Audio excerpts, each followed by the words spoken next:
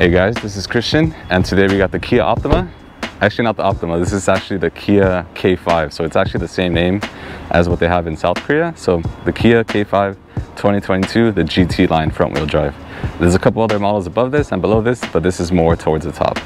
So getting into like the MSRP and the stats. So MSRP is $26,535. This is the front wheel drive model. If you do need an all-wheel drive model, there is one for an extra $1,600. So if you do need to deal with ice and snow and all that and rain, I'd recommend that. If you're here in California where it's been really sunny and hot, kind of humid too, you probably won't need it. But besides that, it's under 3,300 pounds. It's got about like MPG wise, it's 27 to 37 MPG, which gives it about like around an average of 31 MPG. Besides that, the 1.6 liter 4-cylinder engine gets it about like 180 horsepower, 195 torque.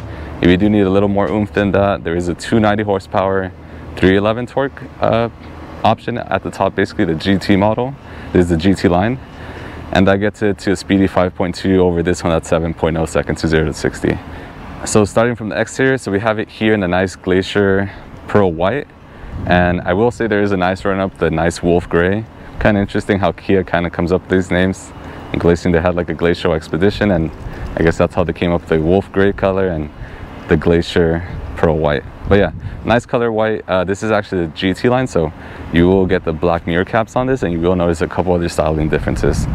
Getting into the wheels, of course, these are 18-inch alloy wheels. Pretty basic. I feel like they fit the car fine. They're not too edgy, and I kind of like the 5-spoke look on these. And then jumping onto the front as well, so we got these nice like headlights. As you can see, they're pretty nice. I do like this little, these are actually the blinkers for the daytime running lights.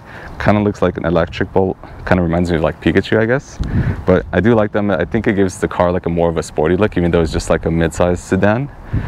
And here you have like this nice grille up here, and then you will see like this oversized kind of grille in the front as well over here for the fog lights. And I do want to mention that because the GT line has this, and the regular non-GT line, like the models below this, don't have like the really nice sporty front. Besides that, getting over here, you do see also the new Kia logo, so you will notice this one over like the older round one. I kind of like this one. I know it's a bit subjective if people like it or not, but I do like how they're going with this. So getting onto the side, so something I do want to mention, you will notice these lines on the side, like this nice chrome trim. It actually flows all the way to the back, which is kind of nice. Like I do like how they like fit kind of like the middle of the car to like the back of the car, so it just makes the car flow and it like fits the car more. Back here you do see with the GT line body, you will see like this nice black spoiler that we have, and then like the nice Kia kind of like these long tail lights that I do like. It looks really nice at night. I'm sure you've seen these at night, look pretty nice as well. You got your GT line logo here as well. And then the final thing I do want to mention is if you do need to open the trunk, you might mistake it between these two. If you look a little lower, you will see the rear camera, and then you will see like the button to open up the trunk. Though sometimes you might accidentally touch this, so you might smudge up the camera, but hopefully you remember it's on the right side. So just simply clicking on it. So now with the trunk open, you can actually see there's a lot of space in here. So there's actually about like 16 cubic feet of space down back here. Really spacious. So if you do got to go to LAX or something like that, or take your bags or tons of groceries, you have a lot of space. And then right below this, I'll show that real quick. You also have a spare tire down here in case you need that as well. And then just closing that back up. Again, 16 cubic feet of space. The opening's a little small, maybe for certain objects, but for the most part, it does go pretty deep in there. And I kind of just quickly want to do the rear trunk challenge. So now I'm in the trunk, and you can actually see I'm pretty roomy back here. It's actually pretty deep, so I actually have a lot of space in here. Again, 16 cubic feet of space. So you'll probably be finding you need to store something back here, like me or something like that, a body. Not that you should or you need to, but you can store a ton of things back here. So I'm just gonna close this real quick, just bring this down, close it with a spoiler. And now that that's closed, so you could come around to the side over here. We got the gas cap back here on the side, so simply as long as the car is unlocked, simply just push it in, opens up, and then you have your gas thing in there, of course. Gonna close this back up, and then getting onto the side over here. Oh, I actually do want to mention the tires. So this actually has P0 stock, which are pretty sporty tires. These are the all-season ones. So getting onto the door handle, so assuming you have the key in your pocket or nearby, simply just press the button here, unlocks the car, and then you can just makes a little noise, open it up, and then you have your window controls in here, as you can see, and of course your door open too. Besides that, you have like nice like soft little plastic up here, a little bit of splash to it, a little bit of window controls up here, a little bit of like cubby space, and then you have a speaker. Kind of nice. I do like it, like Most cars usually just do the round speaker, but here they went a little bit more nice design here, so it looks like it flows a little more. And then final things here, I do want to mention just your usual seat adjustment control, so it's 10-way adjustable. So of course you have the bottom part, top part, and your lumbar as well. And then a little bit just to show down here, you have your door sill. It's in plastic, but it's kind of fine. It's probably going to suit you and all that. So now let's just jump into the interior at this point. So as I get inside here, it's making a little beeping noise, so let me just close the door for you guys. Now that it's closed, made a nice noise and like shuts pretty nicely. So at this point now, you will notice you got your nice steering wheel here. This is actually the GT-Line steering wheel, so pretty nice. I actually like this like nice little like metallic look down here. Nice round look. It's on the sportier side for sure. Right above that, you have your dash. You have like a 4-inch screen back there. Not too big, not too small, it's perfect. Then you have your speedometer on the right, and the left side you have your RPMs. Moving on to the center over here, you have like the nice like gloss trim around, kind of like this, yeah, screen of course. You have your volume adjustment, and then you also have a couple buttons on this side, a couple more on this side. You can also have like your Android Auto and Apple CarPlay, which are standard on this. And as you can see, I've been listening to, I guess, Bad Boys for Life music for a while. And besides that, I do want to show you can also like scroll between these things. You could also have your clock, you could also have your map, and then also your, of course, your GPS and all that in case you want that. But I'll leave it on the clock. Looks pretty nice. Right below this, you have like this like sort of looking like carbon fiber look, but it's just the plastic, but it looks pretty nice, I'd say. So right below the screen and this nice trim, of course, you also have your AC controls here, pretty easy to use. You have your fans. You can adjust your left and right side, so it is like dual climate control. You have a little bit of cubby space here in the center if you want to show that. You can probably place your phone here. It isn't wireless charging, unfortunately. And then you also have 2 USB ports back there, a 12-volt charger. Right behind this, you also have your Prindle here. Pretty nice. I do like how it feels like when you're driving, just kind of going back and forth between this. And then I do know for the Korean version, you actually have the little dial, which I guess is a little different from ours, but I guess this one's pretty cool too. And that kind of gets us to the cup holders here. So the Starbucks cup challenge. I actually only have 1 cup on me. I didn't order too much Starbucks today. So I got 1 there, fits nicely. And then my Costco water bottle fits nicely too. And they're pretty far apart, so they won't touch or anything like that. So it passes that. Getting rid of these, let me just move these onto the side.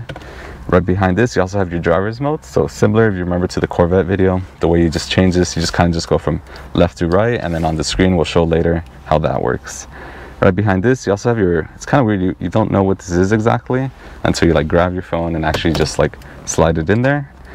So once it's slid in there, you actually can start charging your phone. And then the car's off right now, but this light would come on too. It's kind of, I do like this design for the reason that it keeps your phone in there and then you're not texting and driving, which is, I guess, good for teenagers and all that text too much. Right behind that is the armrest, so nice like little plushy leather you could see.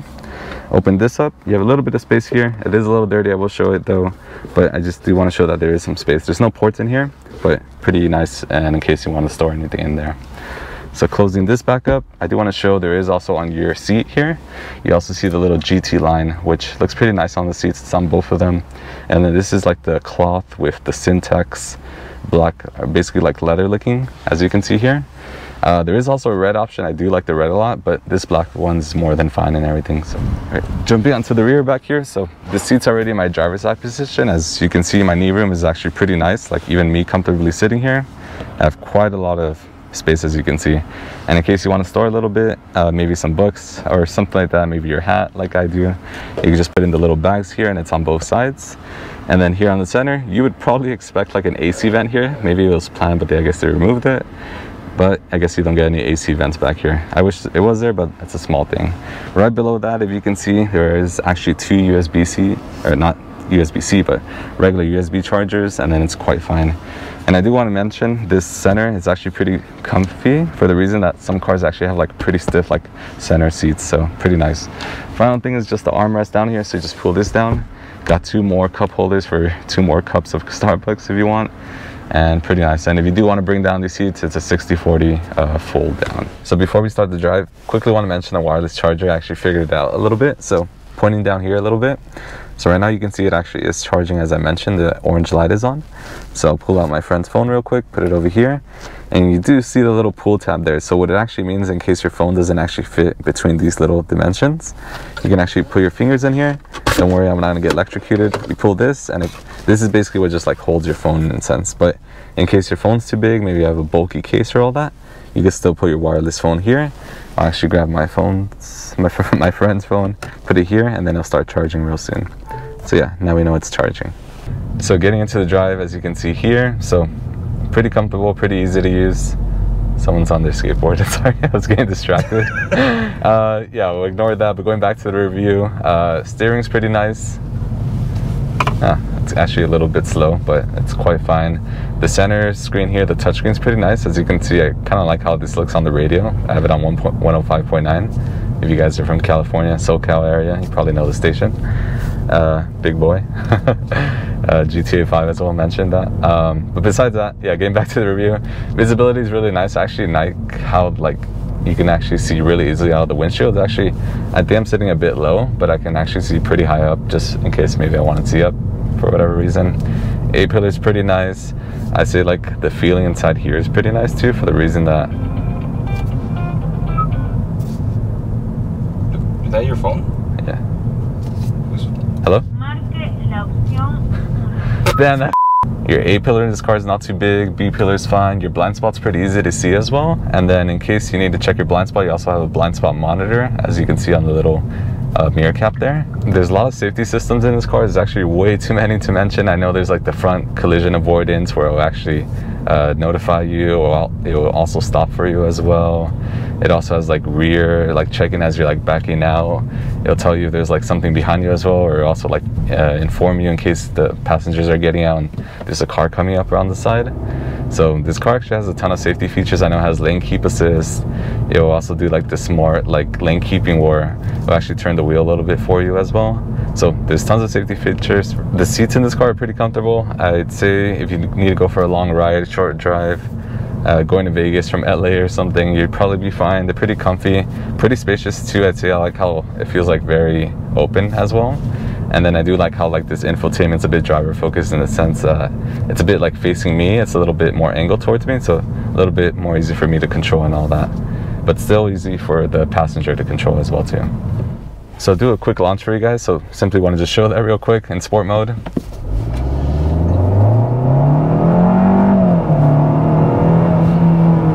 Yeah, it makes some pretty nice noise. Nothing too crazy. Again, it's 0 to 67 seconds. Quite nice. If you do want to check out something crazy, go check out the Plaid video and the reactions. That's 2.2 0 to 60. But for this, for what it is and everything, the price and all that, this is quite fine though. I think that getting around the city, traffic or anything like that, you'll be quite fine in this. Oh, fake vents. I forgot to mention that. Alright guys, that completes the review again for the Kia K5 2022 edition GT-Line. So again, if you are looking for something that you can carry 5 adults pretty spaciously, tons of space in the back, 16 cubic feet. So if you do got to carry a lot of groceries and people at the same time, you have more than enough space. Or maybe you're taking them to an airport or anything like that, or helping a friend move, you'll probably be fine. Power is pretty nice, 0 to 67 seconds. It's pretty standard for what you get. The price, I'd say for this car, for where it's at, I do like with how much it comes with and all that. I wouldn't complain. Pretty simple car, can't complain. I think it's something people should probably look at. Nothing too crazy, almost falling over. But alright guys, that completes the review again for the Kia K5 2022 edition GT-Line. Hope you guys enjoyed the review, honestly. If you guys can like and subscribe, helps me out a ton, honestly, and I'm gonna keep repeating myself. Besides that, shoot me some comments down below, maybe some future cars you want to see, any feedback, or maybe things you like about the car, or maybe even like throw out like what feature you like the most about this car. But yeah, besides that, hope you guys enjoyed, and until next time.